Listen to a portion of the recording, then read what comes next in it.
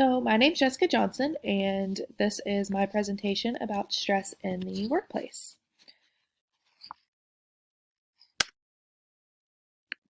So, what is occupational stress? According to our text, stress is a stimulus, and it refers to aspects of the environment that trigger either positive or negative responses. Occupational stress specifically refers to the process whereby work or job related stress responses are triggered by factors at work that may be situational, contextual, or environmental, or psychological or social, and they force employees to deviate from their normal feelings or behaviors. So, according to the National Institute for Occupational Safety, 1/3 of workers in the United States actually report high stress at work. So, there's different types of stressors, many specifically work-related stressors. So, our book touches on a few of these stressors that are most common.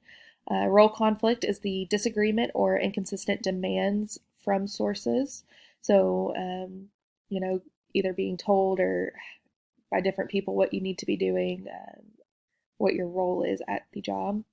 Role overload is having too many roles that you're expected to fill at the same time. So I think that one's pretty self explanatory. Role ambiguity is the lack of clarity about the role and consequences or performance of that role or in that role. So, kind of, if you don't understand exactly what your role in the workplace is supposed to be, that can be confusing. Another one is role workload. So that's the underload or overload of a role that can result in irregular workflow. And this can actually be your view on the workload or the actual workload. So your perception or the actual workload. Time-based strain or strain-based conflict results between or across work and non-work domains. So this is what people refer to as a work-life balance and whether they have a good work-life balance or not.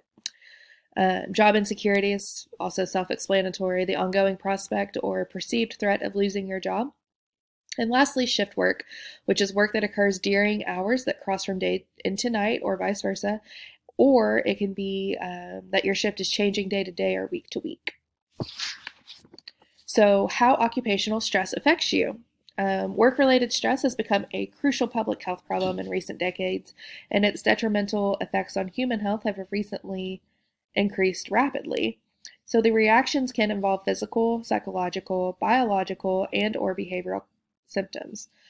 Commonly observed physical symptoms include high blood pressure, a fast pulse, Cheyne-Stokes respirations, headache, and tense muscles. Biological parameters consist mainly of immunological variables such as T cell activation, decreased immunoglobulin A or IgA, and increased cortisol secretion. And then mental health symptoms may involve irritability, tension, aggressive behaviors, lack of concentration and sleep perception, or memory disorders. And this was all found in an article that was published, or a study that was published by Ornick and Essen just last year. So the the effects that occupational stress can have on the workplace are also things that need to be taken in consideration when you're studying occupational stress. So unfortunately, occupational stress affects almost every organization in a negative way. This is important to study because prolonged stress at work has negative effects not only on the worker, but the workplace. So the impact on employees can lead to negative effects on the workplace, which come in forms as high healthcare costs, high absenteeism and turnover, on-the-job accidents, reduced productivity, and reduced team effectiveness.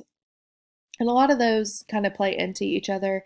So if you were to have people who call out often or who are quitting often, you're just going to kind of continually snowball with, reduced team effectiveness and reduced productivity.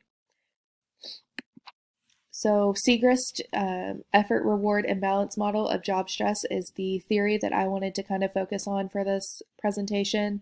And it's similar to the equity theory. However, with this theory, the idea is that there's an imbalance within a reciprocal relationship between employee contributions or efforts and rewards.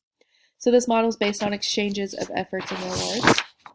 And when these are not in balance, it can be either negative or positive, just depending on which way it's imbalanced. With this model, you'll see employees frustrated when they're out of balance, though, meaning that an employee is putting in good effort but is not getting the return they expected for their efforts. And the best way I can think of this is, you're a really hard worker, you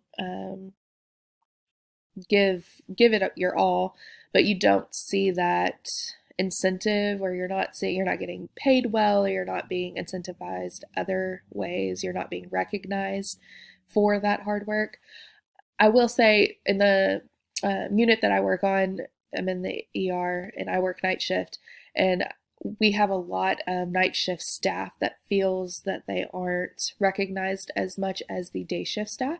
And I think a lot of that actually comes from administration being there during the day, management's there during the day. So you just see more recognition for the day shifters than you do the night shifters. And it has nothing to do with night shift doesn't work as hard, or night shifts, not as great. It has everything to do with, just the management aspect not being there. So the evaluation of the effort reward imbalance that I wanted to do was specifically for the emergency department. So according to an article in BMC Psychiatry published this year, an online questionnaire was used in emergency departments in China. So data was collected from emergency department nurses employed in hospitals that were providing pre-hospital care in China.